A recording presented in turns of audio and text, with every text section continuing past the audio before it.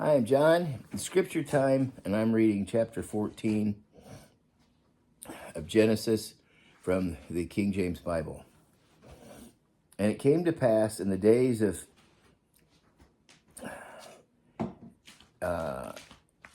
Amraphel, king of Shinar, Arioch, king of Eleazar, Chedorlaomer,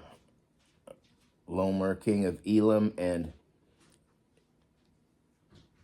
Tiglath, king of the nations, that these made war in Bera, king of Sodom, and with Bersha, king of Gomorrah, Shinab, king of Admah, and Shemeber, king of Zeboim, and the king of Bela, which is Zoar.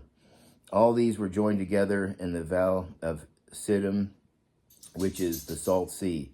12 years they served Chedorlaomer,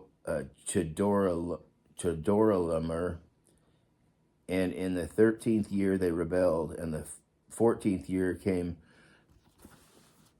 Chedorlaomer and the kings that were with him, and smote the Rephaims in Ashtaroth, Karnaim, and the Zumzims in Ham, and the Emims in Shava Kiriathaim, and the Horites in their Mount Seir unto El Paran, which is by the wilderness. Wow, what a bunch of names. And they returned and came to En Mishpat, which is Kadesh, and smote all the country of the Amalekites, and also the Amorites that dwell in Hazazon Tamar.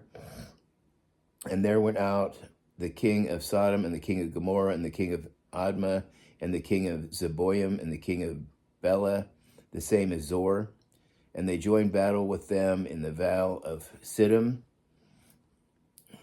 with Chedorlaomer, the king of Elam, and with Tidal, king of nations, and Amraphel, king of Shinar, and Arioch, king of Eleazar, 4 kings with 5.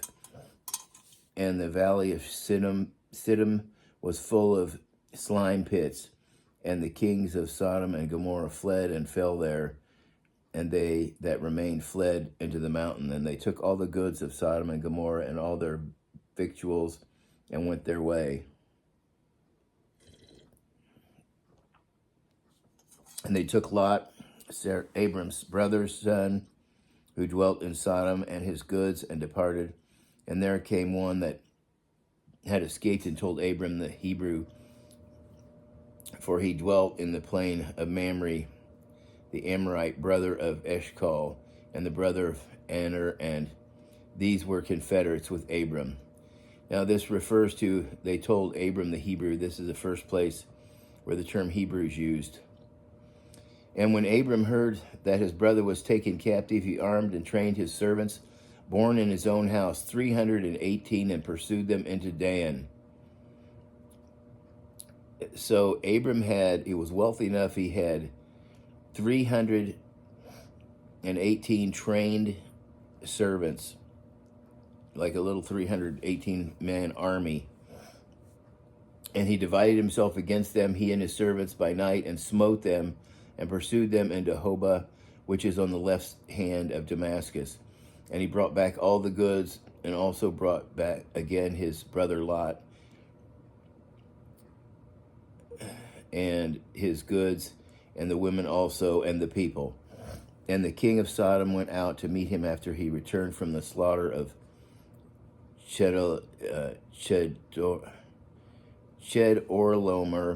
and the kings that were with him at the valley of Shaveh, which is the king's dale. And Melchizedek, king of Salem, brought forth bread and wine, and he was a priest of the Most High God. Melchizedek is a interesting character, kind of mysterious.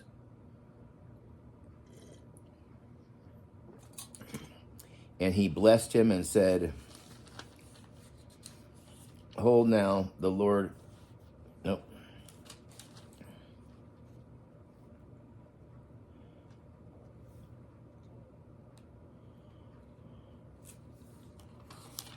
too many pages here.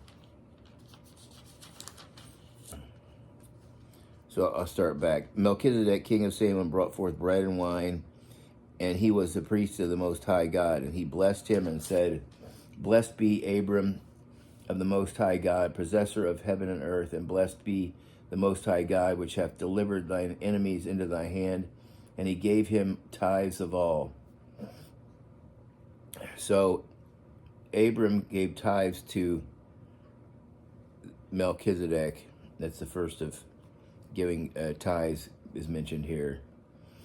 And the king of Sodom said unto Abram, Give me the persons and take the goods to thyself. And Abram said to the king of Sodom, I lift up my hand unto the Lord, the Most High God, the possessor of heaven and earth, that I will not take from a thread even to a shoe latchet, and that I will not take anything that is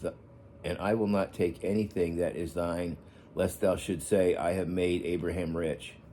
So he didn't want to take any rewards from him, save only that which the young men have eaten, and the portion of the men which went with me at Aner, Eshcol, and Mamre, let them take their portion.